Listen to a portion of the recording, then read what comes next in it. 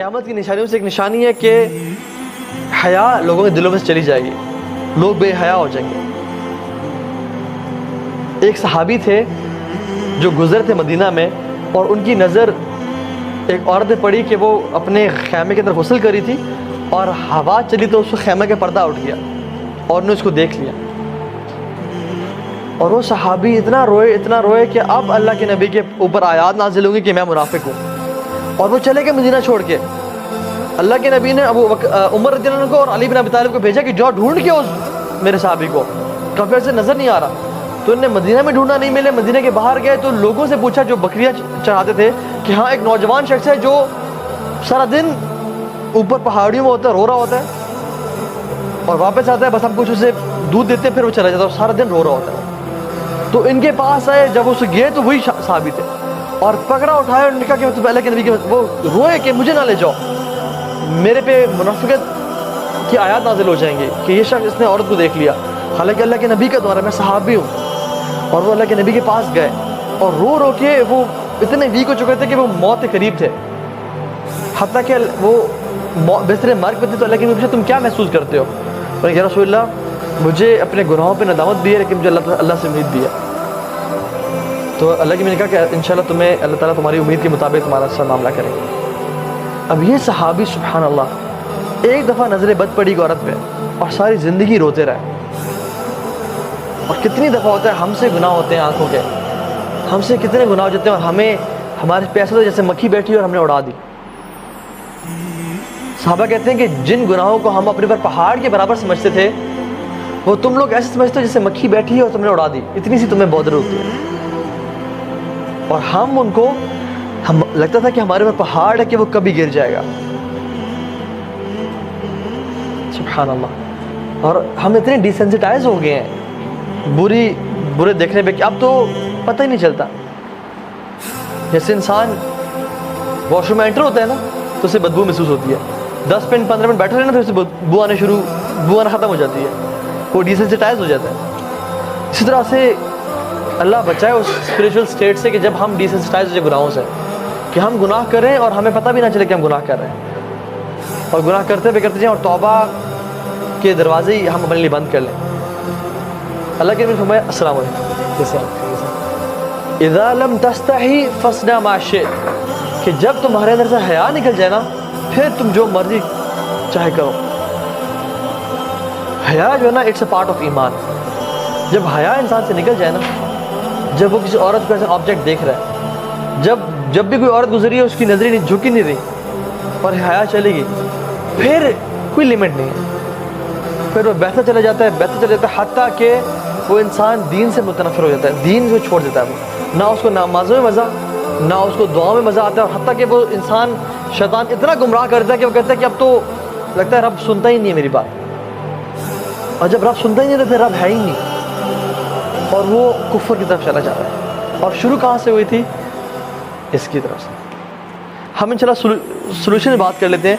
میں نے کچھ سب سے ویسے اسٹیٹسٹکس شیئر کرنے تھے کہ آج کل دنیا میں 56 ملین ایبورشنز ہو رہے ہیں، 56 ملین ایبورشنز ایوری ایئر۔ یہ آپ دیکھیں حالات، اور یہ کس سال کے بچے، 14 سال کی لڑکی سے لے کے 44 ایئرس کی عورت کے، اور 14 سے 19 سال کی لڑکیوں کے زیادہ ہو رہے ہیں ایبورشنز۔ یہ حالات ہیں اس دنیا میں، جو یہ کہتے ہیں بڑی ماڈرن سوسائٹی ہے۔ اور ایبورشن کا مطلب پتہ کیا ہے؟ ایک بچہ زندہ، اس کا قتل، وہ زندہ ہے اور اس کو موت کے منہ میں ڈال دیا جاتا ہے۔ اور یہ سوسائٹی بڑی پڑھی لکھی سوسائٹی ہے جس نے میں جس کے ریزلٹس یہ ہیں۔ 34 ملین HIV پیشنٹس ہیں، 34 ملین، اینڈ 90% آر چلڈرن۔ 90% وہ جو کہ HIV کے تھرو پیدا ہوئے، جن کے پیرنٹس کو HIV تھا۔ اور HIV کیسے ہوتا ہے؟ ہیونگ ملٹیپل سیکشل ریلیشنز، یا ایسی جگہ پہ سیکشل انٹرکورس کرنا جہاں پہ اسلام نے بالکل اس کو حرام قرار دی ہے۔ تو یہ چیز ہے، 90% بچے سفر کریں HIV سے، کیونکہ جہاں وہ پیدا ہوئے، جن کے تھرو وہ پیدا ہوئے، وہ حرام ریلیشنز پہ تھے، اور وہ سفر کریں اور ان کی موت آ رہی ہے۔ 34 मिलियन HIV पेशेंट्स। खैर से बहुत सारे हैं, हमारे पास टाइम कम है। नाउ हम जल्दी से बात करते हैं इसके सोल्यूशन पे।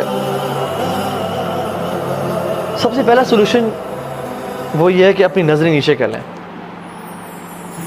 हदीस बात है, जो नज़रें हैं ना, बुरी नज़र, ये शैतान के तीर हैं और शैतान का सबसे पहला हमला है।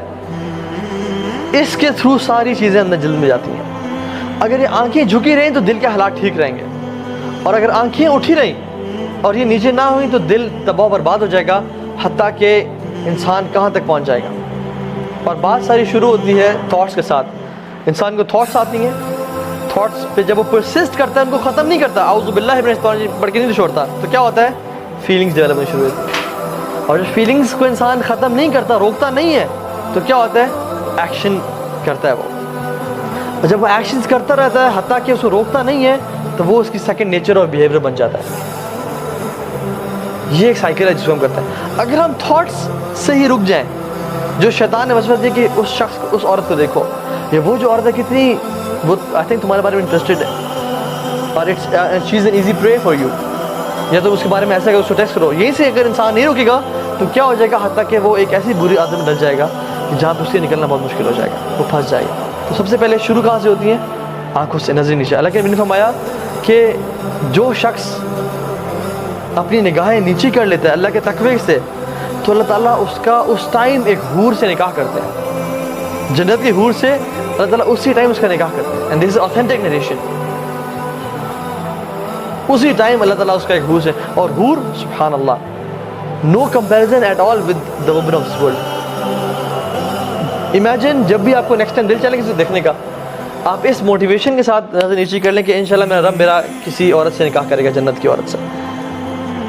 और वो निकाह थोड़े दिन करेगा जिसमें वो आप पे हुक्म चला रही है कि खाना लाओ, बर्तन धो, खाना खुद गर्म करो, नहीं, बल्कि वो तो ताबेदार और ताज करने वाली होगी। ठीक है, तो सबसे पहले नजर नीचे। दूसरी चीज़, अगर इंसान को शहवात, डिज़ायर्स तंग करिए तो वो रोज़े रखें, क्योंकि रोज़ा बहुत बड़ी चीज़ है जो कि इंसान की शहवत को रोकता है। ठीक है। तीसरी चीज़, शादी, उसका एक बहुत बड़ा इलाज है। अगर इंसान को शहवत तंग कर रही है तो यू शुड गेट मैरिड, और अपनी ख्वाहिशात को उसके सही जगह पे इस्तेमाल करें। ठीक है। चौथी चीज़, अच्छी कंपनी होना और बुरी कंपनी से बचना, क्योंकि बुरी कंपनी जो है ना, अगर एक बुरी कंपनी में इंसान है और वो औरतों के बारे में बात करें या इसके बारे में बात करें या पोर्नोग्राफिक मटेरियल के बारे में बात करें या किसी मूवी के बारे में बात करें जिसमें लस्टफुल और वो है, तो आप एग्जैक्टली उनके पीछे चलने शुरू हो जाए और आप उस चीज़ में पड़ जाएंगे जहाँ पे आपकी बुरी कंपनी जा रही है। तो इस चीज़ से, बुरी कंपनी से बचें। चाहे आप जितने भी नेक हैं, कुरान के हाफिज़ हैं, मुत्तकी हैं, दाढ़ी रखी हुई, सब कुछ है, बुरी कंपनी में रहेंगे तो अल्टीमेटली, अरबी का मक़ूल है अस्साहिबु साहिब, जो आपका साहिब है ना, जो आपका कंपेनियन है, वो साहिब है, ही इज़ ए पुलर, जो आपको खींचता है हत्ता कि आपको वहीं पे ले आता है जहाँ पे वो खड़ा हुआ है, और उसका बहुत इन्फ्लुएंस होता है। इब्न क़य्यिम अल-जौज़ी रहमहुल्लाह कहते हैं कि बुरा दोस्त सांप से बदतर है, क्योंकि सांप तो इंसान को डंग मार के मौत के मुंह में डालता है। बुरा दोस्त जो है ना, वो अगर आप उसके साथ रहें, वो आपको गुनाहों में इन्वॉल्व करके आपको मौत के मुंह में नहीं, कब्र में नहीं, बल्कि जहन्नम में डाल देता है। और फिर इब्न क़य्यिम कहते हैं कि बुरा दोस्त शैतान से ही बदतर है, क्योंकि वो शैतान तो आपको आता है और कान में वसवसे करता है, ये काम करो, फला काम करो। बुरा दोस्त तो आता है, आपको उठाता है, आपको ले जाता है गुनाह की जगह पे, आपसे गुनाह करवाता है, और फिर आपको 100 बहाने देता है कि अपने माँ बाप को क्या बताना है। तो आपको जो है ना, अल्लाह ताला से दूर कर रहा है। शैतान तो आपको सिर्फ वसवसे दे रहा है, लेकिन बुरा दोस्त आपको उठा के ले जाता है, आपको फाइनेंस भी करता है, आपको गाड़ी पे उठा के ले गया, गुनाह करवाया, फिर वापस आके छोड़ दिया उसने, और फिर मशवरे दे के क्या करना है। तो ये चीज़ है, बुरी कंपनी से बचें। हाँ।